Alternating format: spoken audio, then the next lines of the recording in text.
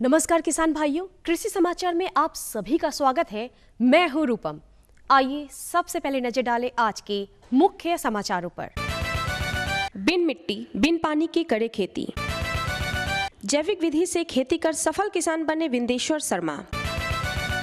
और प्याज के अधिक उत्पादन के लिए लगाएं उन्नत प्रभेद एग्रीफाउंड डार्क रेड।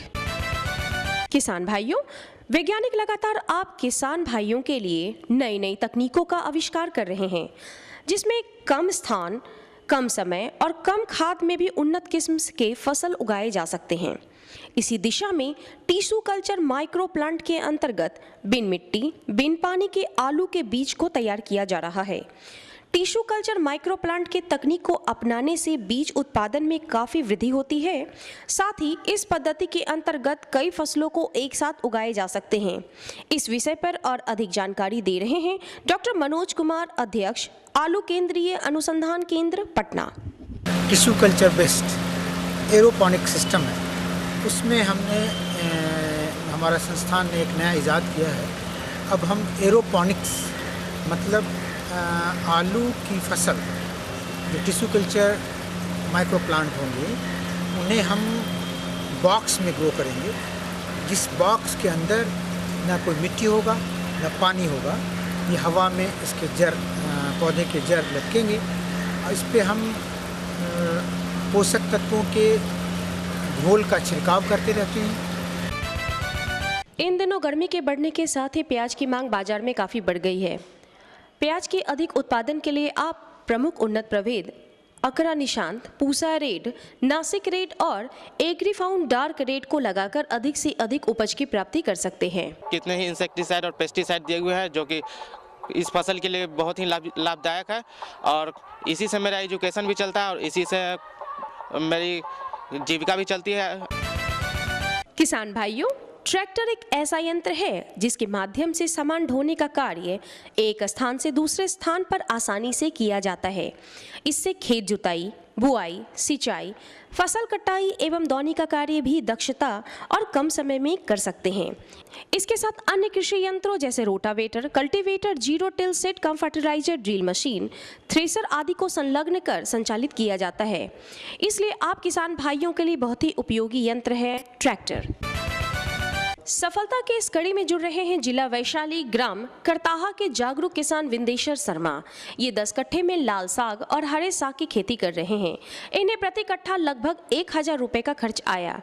अपने फसलों में वर्मी कंपोस्ट और जैविक खादों का उपयोग करते हैं। इनकी जीविका का मुख्य साधन खेती ही है। लाल साग है, हरा साग है, इसमें खर्च जो है लगभग 1000 रुपये कट्ठा पड़ गया है, जिसमें डाई दे रहे हैं, जैविक दे दिए हैं और जाइम दिए हैं, पानी पटा रहे हैं, यही सब खर्च है। मेरा जीविका चलता है, 3-4 बच्चा यही से पढ़ रहा है, लिख रहा है।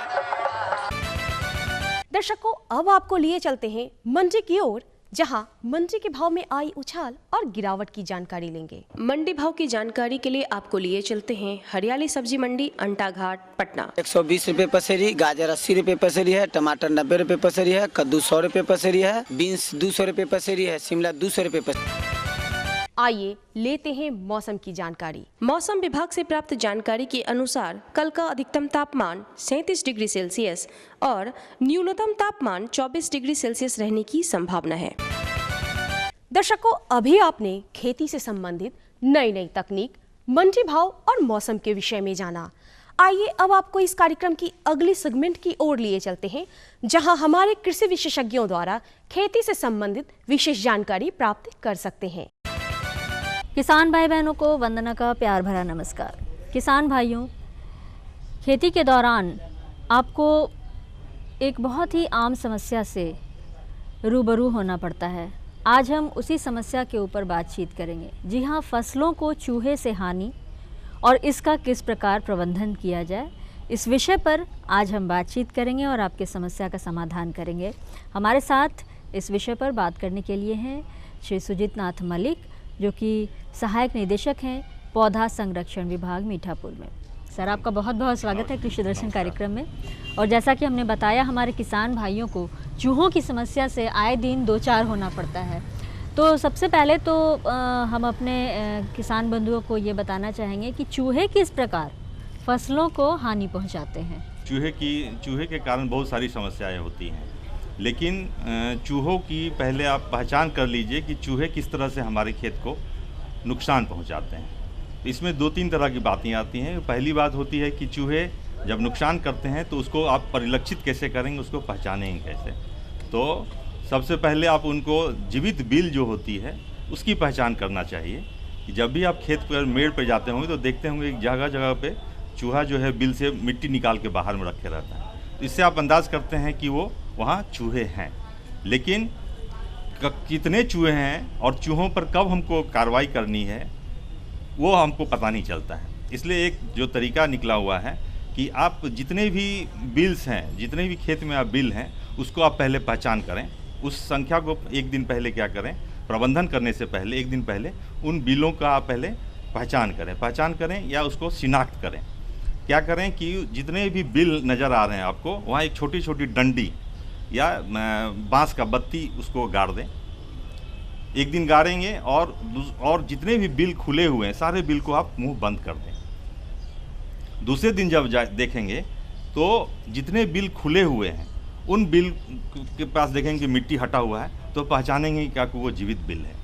अक्सर होता है क्या कि बिल से चूहे चले जाते हैं, उसमें कोई दूसरे जीव रहते हैं जो ज़मीन के भीतर रहते हैं, जिसके कारण की प्रबंधन में करने में कठिनाई होती है। इसलिए पहली बात करें कि आप जीवित बिलों की संख्या को पहचान करें। पहचान करने में जब आप नेक्स्ट डे देखेंगे कि उसमें जब मिट्टी निकला हुआ तो वो पहचान करें और उसकी संख्या गिन लें। यदि 25 बिल से ज़्यादा है बिल आपके खेत में, 1 एकड़ में 25 बिल से ज़्यादा है तो वहाँ पर आपको प्रबंधन करने की आवश्यकता होती है। इस तरह चूहे जो हैं काट करके अलग स्टेज में काट करके नुकसान पहुँचाते हैं और बिहार में प्रत्येक फसल में वह बहुत ज़्यादा नुकसान पहुँचाता है। अच्छा सर, फसल के किस अवस्था में चूहों का प्रकोप ज़्यादा होता है? जब आप धान हो या गेहूं हो, जब वो गड्ढा की अवस्था आती है फसल में, उस समय देखेंगे कि चूहों का आक्रमण सबसे ज़्यादा होता है। और जब भी चूहे काटते हैं तो इस बात का ध्यान रखेंगे, धान या गेहूं को जब देखेंगे आप तो वो 45 डिग्री कोण पे उसको वो काटता है।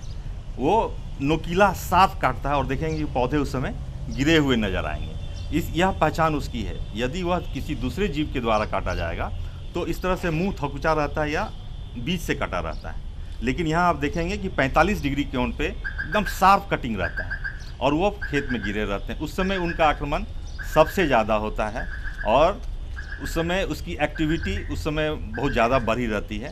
ये आपका स्टेज है जिस समय कि आपको ध्यान रखने की आवश्यकता है कि हमको किस समय सबसे ज़्यादा फसल का नुकसान पहुँचाता है। तो किसान बंधु, अभी आपने जाना कि किस प्रकार खेत में चूहे हैं या नहीं, इसकी आप पहचान करेंगे। यदि आपके खेत में 25 से अधिक बिल है तो इसका मतलब चूहों का प्रकोप काफ़ी है। और फसल के किस अवस्था में, जैसा कि मलिक जी ने बताया, जब धान या गेहूं गर्भावस्था में आता है तो उस अवस्था में चूहों का प्रकोप ज़्यादा होता है। किसान भाइयों, यहाँ वक्त है एक छोटे से सूचनात्मक अंतराल का। हम जल्द हाजिर होते हैं इस अंतराल के बाद। ये लो और बताओ। बस। अरे ये क्या भैया जी, बस इतनी सी रासायनिक खाद? किसानी छोड़ रहे हो क्या? किसानी नहीं, नादानी छोड़ रहे हैं। मिट्टी की जांच कराई है। अब तो लाला जी जितनी जरूरत है उतने ही उर्वरक खेत में डालेंगे। हाँ, किसान भाई आज ही अपने जिले की नजदीकी भूमि परीक्षण प्रयोगशाला में मिट्टी की जांच जरूर करवाएं और मिट्टी में पोषक तत्व, नमी व पौधे के विकास को देखते हुए केवल जरूरत के अनुसार ही पोषक तत्व डालें।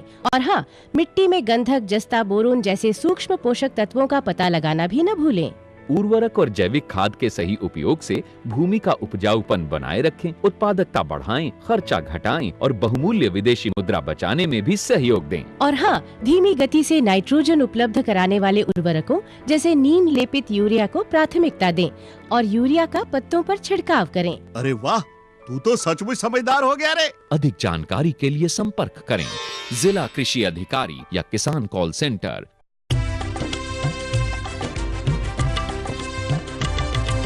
सहकारिता के बल पर विकास के लिए उठे कदम, जन सहकार की ताकत लेकर आगे बढ़ते जाएं हम। जन जन ने इस क्रांति में है विश्वास जगाया, हम सब ने मिलकर विकास का परचम है फहराया।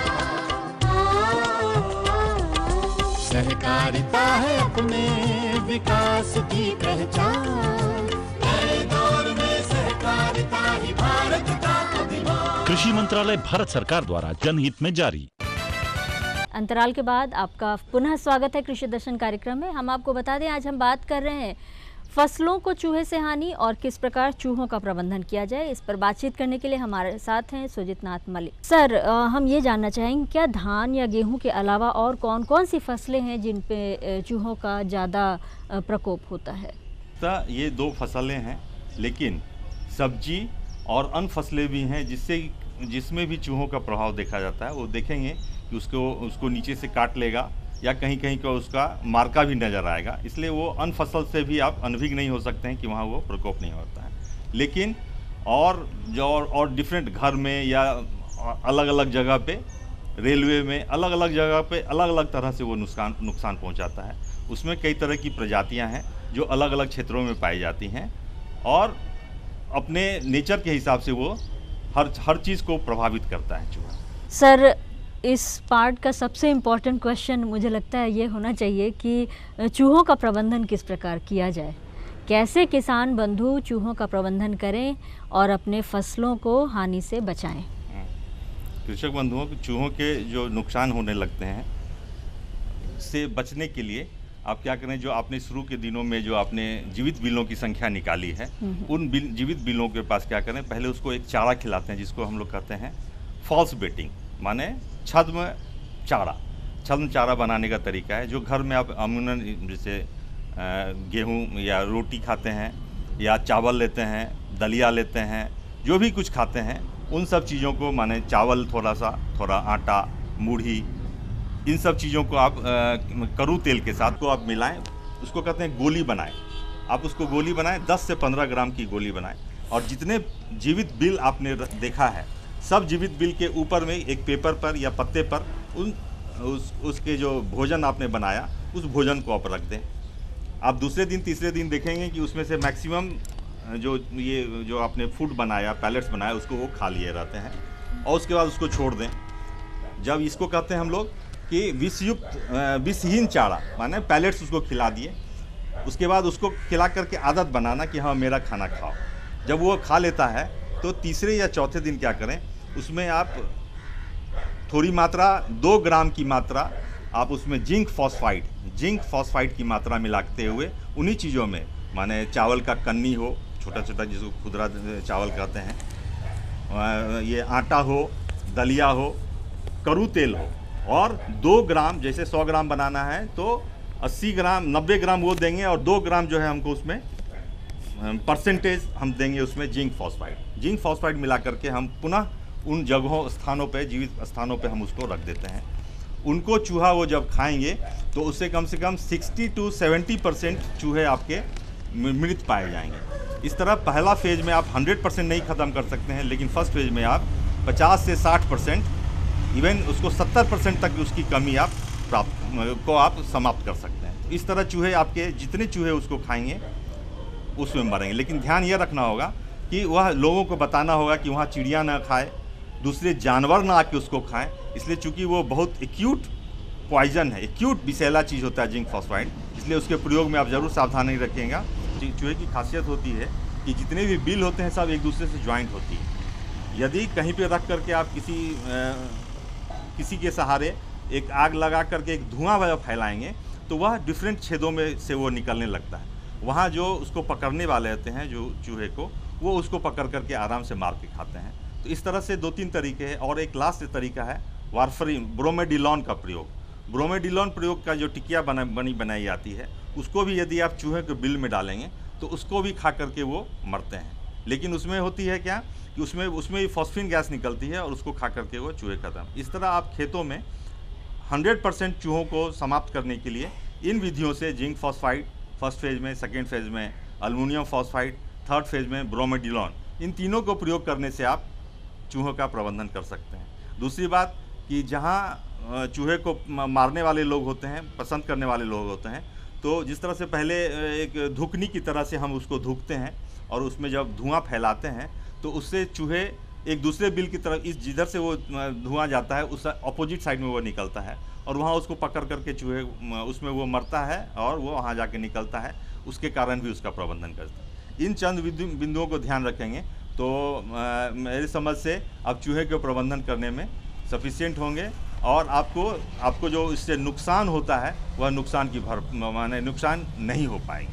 किसान भाइयों, यहाँ वक्त है एक छोटे से सूचनात्मक अंतराल का। हम जल्द हाजिर होते हैं इस अंतराल के बाद।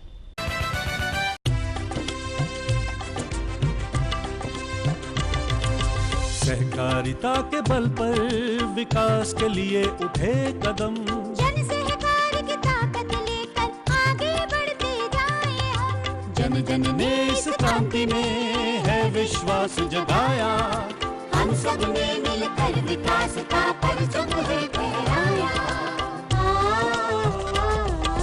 दूर जहाँ सूरज उगता उस धरती से मैदानों तक, हिम शिखरों की श्वेत बर्फ से हिंद महासागर तक। श्वेत क्रांति हो हरित क्रांति या ग्राम विकास की बात, एकता ही धर्म हो अब चाहे दिन हो या रात। हिंदू मुस्लिम सिख ईसाई सबने कदम बढ़ाया, हम सब ने मिलकर जब ये अभियान चलाया। कृषि मंत्रालय भारत सरकार द्वारा जनहित में जारी। क्या करूं? हाँ मैं ऐसे ही करूंगा। हाँ अच्छा मैं जा रहा हूँ। अच्छा जी जी जी हाँ जी जी जी। किससे बात कर रहे थे इतना हंस कर? किसान कॉल सेंटर, विशेषज्ञ से खेती के बारे में सलाह ले रहा था। सुबह भी रात को भी? किसान कॉल सेंटर सुबह 6 बजे से रात को 10 बजे तक खुलता है। रविवार को भी? हाँ भाई, साल के 365 दिन खुलता है। और इतना फोन का बिल कौन भरेगा? अरे किसान कॉल सेंटर की सेवा मुफ्त है। पर तुम ये सब क्यों पूछ रही हो? मैं तो कुछ और ही समझी थी। किसान भाई, कृषि संबंधी समस्याओं का अपनी भाषा में तुरंत समाधान पाने के लिए पूरे भारत में किसी भी फोन से राष्ट्रीय हेल्पलाइन नंबर 1800-1801-551 पर संपर्क करें। किसानों का दोस्त किसान कॉल सेंटर।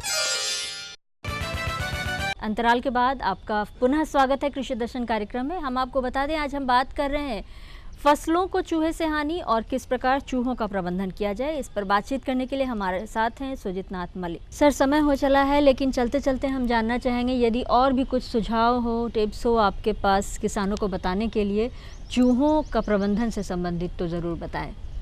कृषक बंधु इस बात का ध्यान रखें कि जब भी आप उसको फॉल्स चारा, जिसको छाद में बेट करते हैं और उसके बाद आप जिंक फॉस्फाइड देते हैं, इस बात का ध्यान रखें कि वह तुरंत फिर नहीं खाएगा। उसको खाने के लिए उसकी याददाश्त बहुत तगड़ी होती है, इसलिए 21 दिन के बाद अगर दोबारा प्रयोग करेंगे तभी वो खाएगा।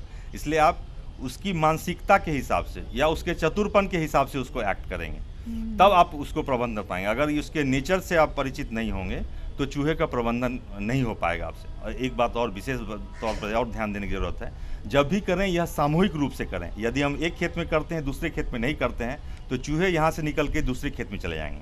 इसलिए जब भी हो तो सामूहिक रूप से कम्युनिटी बेसिस पर करेंगे, तो आपके क्षेत्र से वो चूहों का ख़त्म होगा और अच्छे ढंग से आप प्रबंधन कर पाएंगे। जी बिल्कुल सर, आपने जो तमाम जानकारियाँ दी हैं चूहों के प्रबंधन से संबंधित, उम्मीद करती हूँ हमारे किसान भाई इसे सुनकर ज़रूर लाभान्वित होंगे, इसे प्रयोग में लाएंगे और अपने फसलों को हानि से बचाएंगे। कृषि दर्शन कार्यक्रम में इन तमाम जानकारियाँ देने के लिए आपका बहुत बहुत धन्यवाद। धन्यवाद। तो किसान बंधुओं, आज आपने जाना कि चूहों का प्रबंधन कैसे किया जाए, क्योंकि यदि आप चूहों का प्रबंधन नहीं करते हैं तो निश्चित तौर पर चूहे आपके फसलों को नुकसान पहुंचाते रहेंगे और आपको फसलों की हानि झेलनी पड़ेगी। चूहों का प्रबंधन जब आप करते हैं तो आप सिर्फ एक खेत में नहीं बल्कि उसके आसपास के खेतों को भी सामूहिक रूप से यदि प्रबंधन करते हैं तभी आप इससे पूरी तरह छुटकारा पा सकते हैं। आज जो भी जानकारियाँ दी गई हैं चूहों के प्रबंधन से संबंधित, उम्मीद करती हूँ आप उनसे ज़रूर लाभान्वित होंगे और अधिक से अधिक लाभ उठाएंगे, अपने फसलों को हानि होने से बचाएंगे। इसी तरह अगले कार्यक्रम में हम आपको कुछ नए विषय और नए विशेषज्ञ के साथ फिर बताएंगे। तब तक के लिए कृषि दर्शन कार्यक्रम में इतना ही। हमें दीजिए इजाज़त। नमस्कार। संतुलित यूरिया के उपयोग से नुकसान और समाधान। फसलों में यूरिया के अधिक और लगातार प्रयोग से पौधे बहुत तेजी से बढ़ते हैं और गूदेदार एवं कमजोर होकर जमीन पर गिरने लगते हैं। फलस्वरूप पैदावार घट जाती है। इस उर्वरक के अंधाधुंध उपयोग से मिट्टी के अंदर मौजूद लाभदायक जीव नष्ट हो जाते हैं और इसके अलावा फसलों में रोग और कीट व्याधियों का प्रकोप भी बढ़ जाता है। यूरिया का बीजों के सीधे संपर्क में आने की स्थिति में बीजों के अंकुरण दर में कमी आ जाती है। आवश्यकता से अधिक नाइट्रोजन उर्वरक के इस्तेमाल से जमीन के अंदर उपलब्ध पानी में नाइट्रेट जैसे हानिकारक तत्वों और गैसों की मात्रा बढ़ने के साथ ही मिट्टी की अम्लता बढ़ जाती है और पर्यावरण भी दूषित हो जाता है। यूरिया का इस्तेमाल प्रभावी और किफ़ायती रूप में किया जाना चाहिए, अन्यथा केवल 30 से 40% यूरिया ही पौधों को मिल पाता है, बाकी जमीन के अंदर और वायुमंडल में जाकर बर्बाद हो जाता है। उर्वरकों का इस्तेमाल सही समय और सही मात्रा में करें तथा ड्रिप छिड़काव और फर्टिगेशन जैसी कम खर्चीली और लाभदायक विधियां अपनाएं। यूरिया पर निर्भरता कम करने तथा मिट्टी की अच्छी सेहत बनाए रखने के लिए पोषक तत्व आधारित जल घुलनशील मिश्रित उर्वरक, नीम कोडेड यूरिया, स्टार्टर घोल, जैविक खाद और जैव उर्वरक आदि उन्नत व कम खर्चीली तकनीक अपनाएं।